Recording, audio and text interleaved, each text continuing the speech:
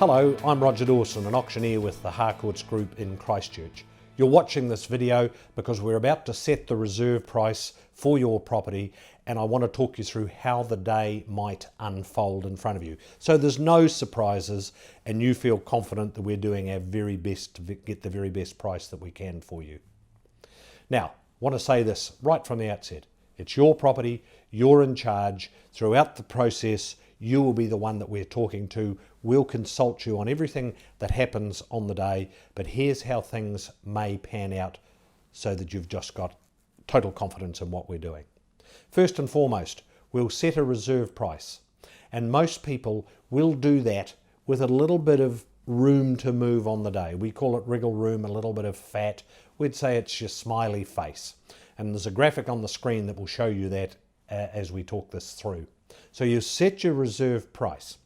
We'll start the bidding off at a lower figure to give the buyers a chance to get some momentum going. And if I use a hypothetical for you, say you've set the reserve price at $100,000, we'll look to start the bidding off at $50,000. Hopefully there'll be a number of bidders taking part in this, but sometimes, a surprising number of times, we end up dealing with only one bidder on the day. Now your first question would be, how do we run an auction with only one bidder? Quite simply, in the reserve form that I've also sent or emailed to you, you authorise me to bid for you. What I do legally is I step into your shoes during the auction, I become you, and I do your counter offering. Now let's remove ourselves from auction for a minute. Say you hadn't gone to auction and you'd just put a price on it. Typically, a buyer will make a lower offer because they want to buy it for less, and over time you will gradually negotiate till a point of agreement is reached.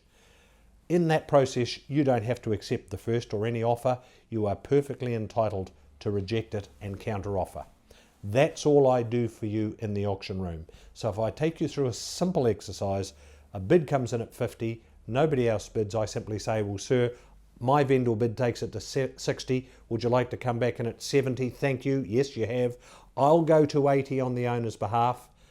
85, sir. Yes, I can take that from you, but my next bid's at 90, and so forth. So any vendor bid that I place has to be declared so the buyers are aware of it, and we do not bid at or beyond the reserve price.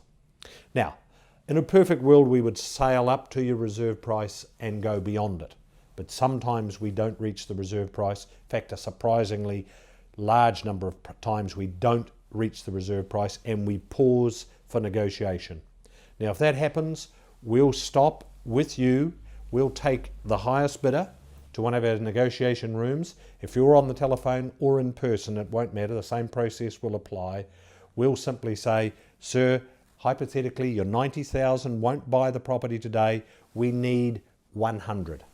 Now, a few people are prepared to pay that, but most people say we can't reach that figure. But then on the spot, they might give me 92, you come down to 98, they come up to 94, and we meet as a matter of convenience at 96.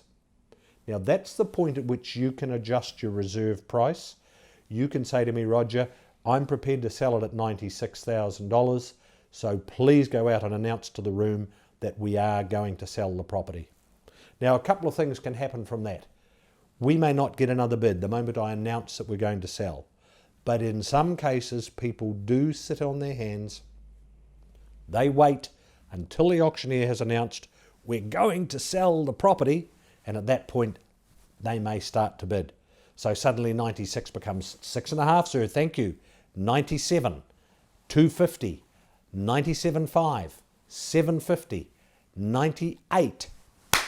And so having pulled your reserve back, reopening the bidding may sometimes bring buyers in, which can put a little bit more money into your pocket.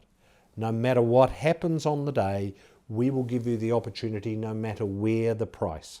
And I can tell you in those private negotiations, one-on-one with the highest bidder, many times I've moved people tens of thousands of dollars, in some cases well into 6 figures beyond where they stopped bidding.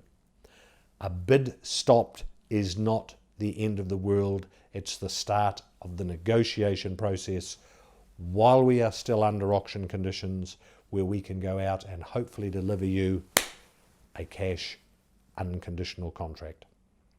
Now, the reason we would pause and stop is that if we pass the property in without any consultation, buyers can then come to us post-auction with conditions, because once I announce, ladies and gentlemen, the property is now passed in, that completes the auction, then the cash unconditional nature of the sale is gone.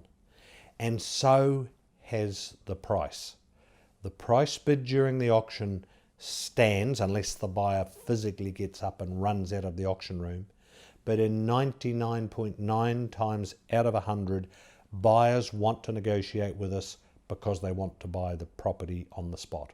We want to avoid having conditions in a post-auction sale if we possibly can, because our job, if we are doing our best for you, is to deliver a cash unconditional on auction day.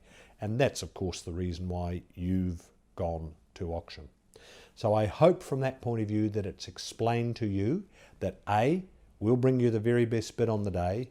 I will place vendor bids for you if I need to. I have to openly declare those. If we don't reach the reserve price, we'll pause and negotiate, and often we can come back to the floor with an increased bid at a level that you're prepared to sell at. Your strategy is twofold. Set the reserve where you are happy to sell. You've got a big smile on your face. Have a fallback position that you might be a little bit tetchy about. We affectionately call it your grumpy price. But know what your minimum is when we face it, just in case. Because in the auction room, time is precious. You might only get 1 or 2 minutes to make that decision. So we want you to do so with clarity, knowing that if I bring the hammer down, sold to you, sir, madam, that you're on with life. We've given you certainty on the way forward, and you're not waiting post-auctions for conditions that might not suit, and possibly a price that was less than you had in the auction room. Because as I said a few moments ago, once a property auction is passed in, then the price no longer stands. I hope that's of some explanation to you. I look forward to working hard for you on auction day, giving you the opportunity to walk out the door with a big sold sign to take home and put across your sign.